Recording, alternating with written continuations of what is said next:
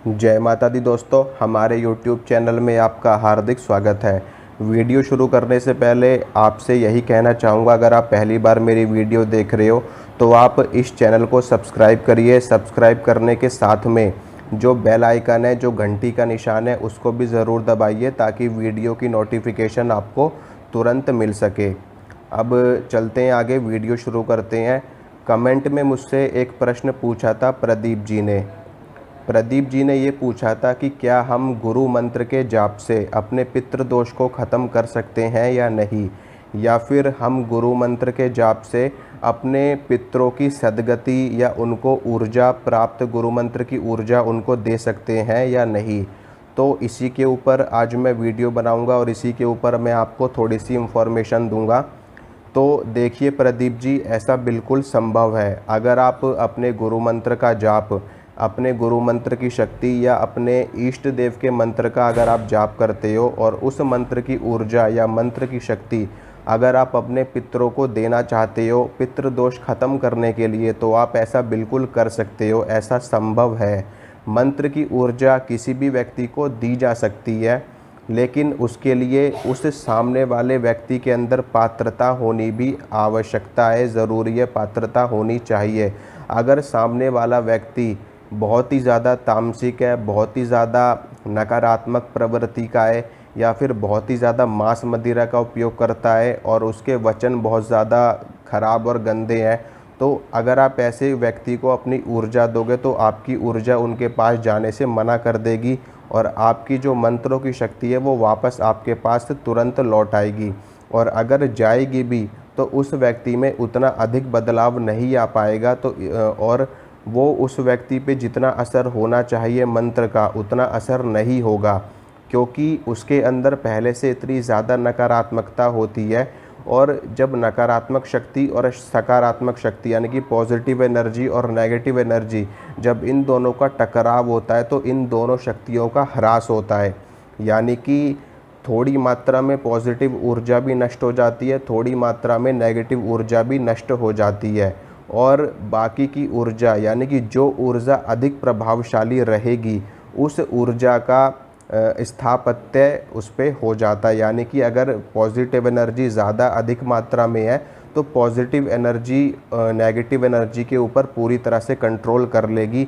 अगर negative energy ज़्यादा है तो नेगेटिव एनर्जी पॉजिटिव एनर्जी के ऊपर अपना कंट्रोल कर लेगी। तो आगे बढ़ते हैं, बताता हूँ आपको अपने पितृदेव को। अगर आपके पितृदेव किसी भी तरीके से प्रेत योनि में है, या फिर वो आपके ऊपर पितृदोष लगा हुआ है और आप चाहते हो कि मैं गुरु मंत्र के जाप से या अपने इष्ट देव के मंत्र के जाप से पितृदोष को ख़त्म कर दूं, तो ये कैसे होगा? देखिए, मैं इसके लिए एक तरीका बताता हूँ आपको। अगर आप ये तरीका अपनाओगे तो इससे आपका पितृदोष ख़त्म हो जाएगा।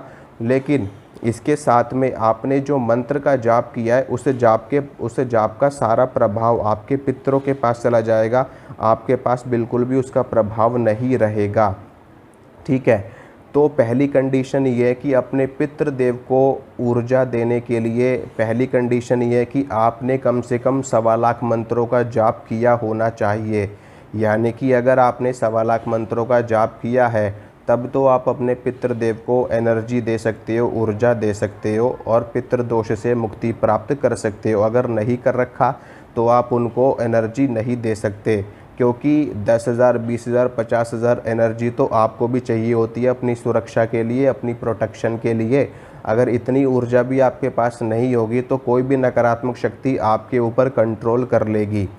तो आपको करना क्या है, देखिए, आपको एक लकड़ी का बाजोट लेना है, लकड़ी की चौकी लेनी है, उसके ऊपर सफ़ेद रंग का वस्त्र बिछाना है, उसके ऊपर अपने पितृदेव की फ़ोटो रखनी है जिनको आप अपनी ऊर्जा देना चाहते हो, और उनकी फ़ोटो रखनी है। और उसके बाद उनके सामने एक देसी घी का दीपक जलाना है। लेकिन ये सारी क्रिया आपको अपने घर के मंदिर में नहीं करनी है, मंदिर से अलग हट करके करनी है। और जहाँ पर भी करनी है उसके लिए आपका मुंह, आपका फेस दक्षिण दिशा की तरफ होना चाहिए।